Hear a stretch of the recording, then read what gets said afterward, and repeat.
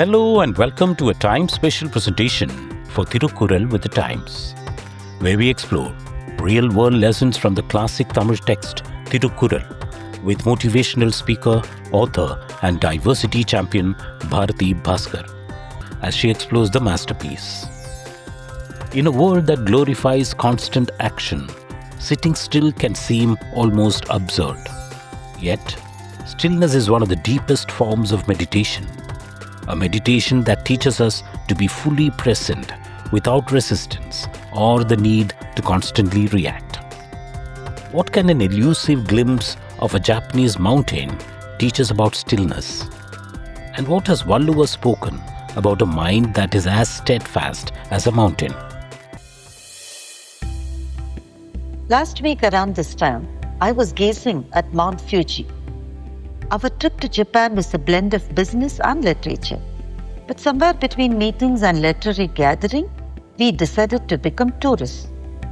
The itinerary for our first day in Tokyo promised a visit to a couple of lakes from where it cautiously said Mount Fuji may be visible if the weather permits. That disclaimer seemed almost apologetic. Our team leader, Murali sir, had other plans. Let's go to the foot of Fuji, he insisted to the tour organizer. The guide smiled politely but remained unconvinced. You cannot always see Fuji-san, he said. Only if you are lucky. Sometimes she hides herself. We still insisted. Then began the little detour. Until then, the bus had echoed with songs, jokes and endless chatter. Suddenly, silence settled over us. We were, after all, testing our luck. As the bus rounded a bend, the guides cautioned over the microphone. Look to your right, don't miss even a second. Sometimes she disappears the very next minute.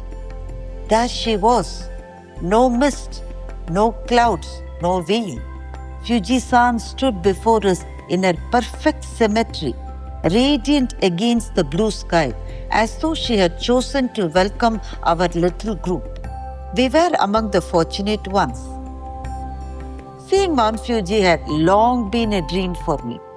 Japanese poetry had celebrated this mountain for centuries, not merely for its flawless conical shape, but for the serenity and the sacredness it radiates. The poet Yoni Naogochi captured that feeling beautifully. Oh white-faced wonder, oh matchless sight, oh sublimity, oh beauty. As one in a dream of a poem, we being around thee, forget to die. For centuries, climbing Mount Fuji was never considered just a trek. It was a spiritual discipline known as the Zenijo. Zen monks ascended the mountain as a moving meditation. The physical exhaustion, followed by the breathtaking vision of Fuji glowing in the morning sun, became a metaphor for emptying the ego before attaining enlightenment. A cherished Zen saying reminds us, when the sky is clear, Fuji appears. It's not merely about the weather. A quiet, uncluttered mind reflects the truth. Standing at the foot of Japan's tallest mountain, a semi-dormant volcano, I found myself thinking of another Zen practice inspired by these mountains. Shikandaza, literally just sitting. In a world that glorifies constant action, just sitting sounds almost absurd. Yet, it is one of the deepest forms of meditation. It teaches us to remain fully present without resistance. When our minds are restless and life is turbulent, there is immense strength in simply being still. Acceptance is not surrender to defeat, it is surrender to reality. And from that acceptance emerges the strength to observe, understand, and move forward.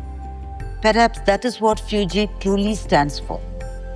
As we walked back to the bus, little shops displayed paintings of the mountain. Japanese artists often layer delicate washes of water over the canvases, allowing light as if it is imprisoned within the colors.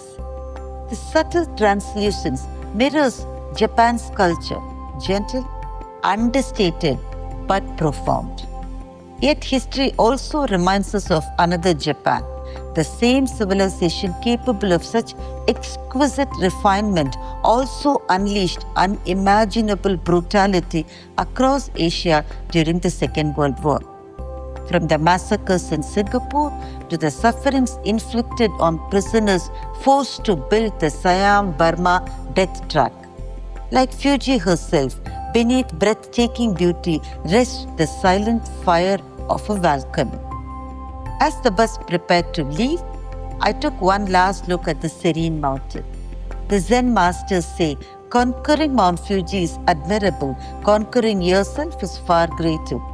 I thought every mountain offers the same illumination. Thiruvalluvar too echoes this. Nilaiyin Thiriyaathu Thotram, Malaiyinum, Maanap Peridhu.